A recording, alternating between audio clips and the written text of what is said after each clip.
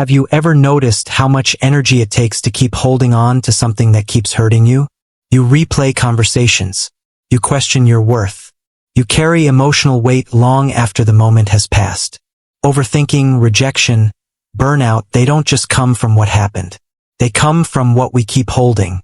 And the hardest truth to face is this. Sometimes the pain stays not because it's powerful, but because we won't release it. Today, we're talking about stop holding on to what's hurting you. Not with anger, not with denial, but with clarity, strength, and emotional maturity. Have you ever caught yourself thinking this way? Letting go feels difficult because the mind often mistakes familiarity for safety. Even when something causes pain, it becomes predictable. And predictability can feel comforting when life already feels uncertain. You may tell yourself that holding on keeps you grounded, when in reality it keeps you stuck. There's also fear underneath. Fear that releasing the pain means facing the unknown, redefining yourself, or accepting that something truly ended. The mind resists this because change requires courage. But holding on is not strength. It's often hesitation disguised as loyalty. When you recognize that comfort and safety are not the same, something shifts. You begin to see that peace doesn't come from staying attached to what hurts, but from trusting yourself enough to step forward, even without guarantees. Holding on is exhausting in ways that aren't always obvious. It drains energy through constant mental replay, quiet hope, self-justification, and emotional tension. You may feel tired even when your day wasn't physically demanding, because your mind never rests. Much of your energy is tied up in resisting reality instead of responding to it. When you begin to release what's hurting you, that energy doesn't disappear. It returns. Slowly, your thoughts become lighter. Your body feels less tense. Emotional healing creates space where exhaustion once lived, and that space allows clarity, calm, and inner balance to rebuild naturally. At work, holding on often looks like replaying moments where you felt overlooked, undervalued, or treated unfairly.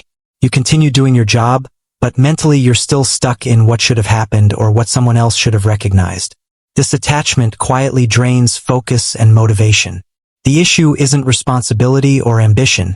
It's emotional investment in outcomes you can't control. When you release that grip, something steadies inside you. You continue showing up with integrity, but without carrying resentment into every task.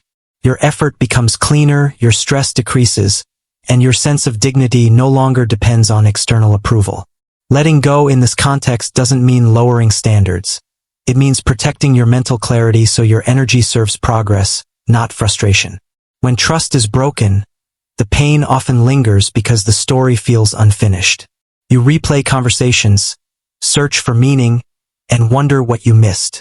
What hurts most isn't always the action itself, but the unanswered questions it leaves behind. The mind keeps holding on, hoping for clarity or an explanation that makes the pain make sense.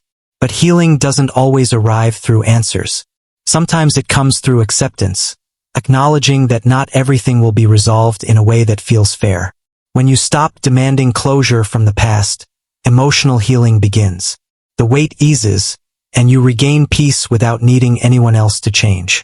Many people hesitate to let go because they believe endurance equals strength. They tell themselves that walking away means they didn't care enough or didn't try hard enough. But real strength isn't proven by how long you can tolerate pain. It's shown by how wisely you respond to it. Letting go is not weakness, it's discernment.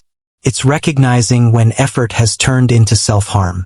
When you choose to release what's hurting you, you're not erasing the past or denying its impact.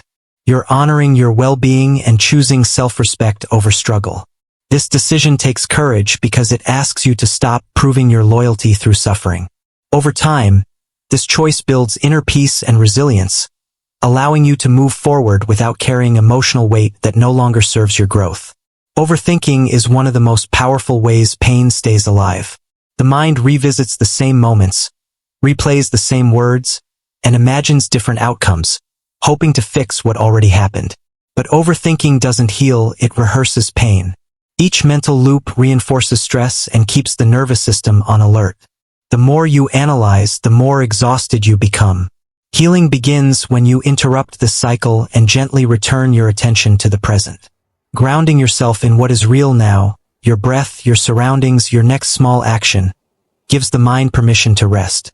As mental noise decreases, emotional tension loosens, and stress relief follows naturally. Healing often feels slow, and that slowness can be frustrating. You may expect progress to show up quickly, and when it doesn't, doubt creeps in. You start wondering if you're doing something wrong, or if you should be over it by now. But emotional healing doesn't follow a straight line. It unfolds in layers, and each layer requires patience. When you rush yourself, you add pressure to an already sensitive process. Letting go asks for a different kind of strength, the ability to stay steady without forcing outcomes. Patience allows the mind and body to adjust at their own pace. With time, consistency, and self-discipline, the intensity of the pain softens. You don't notice it all at once, but gradually, peace begins to replace urgency, and trust in yourself grows quietly. Many people fear that releasing pain will make them distant or emotionally closed. They worry that letting go means becoming cold or losing the ability to care deeply. But letting go doesn't harden the heart. It protects it. You can move forward with awareness instead of wounds. The lessons remain, but the emotional charge fades. This balance allows you to stay open without repeating old harm. You learn to carry wisdom rather than resentment, and boundaries replace bitterness. Over time, this creates a sense of calm strength. You remain capable of connection, but no longer at the cost of your well-being. Let's return to the truth we began with. Stop holding on to what's hurting you, not by forcing forgiveness, not by pretending it didn't matter, but by choosing emotional healing, inner peace, and responsibility for your well-being. You are allowed to release what no longer serves your growth. You are allowed to choose calm over chaos. Stop holding on to what's hurting you. Share your thoughts below. How are you healing today?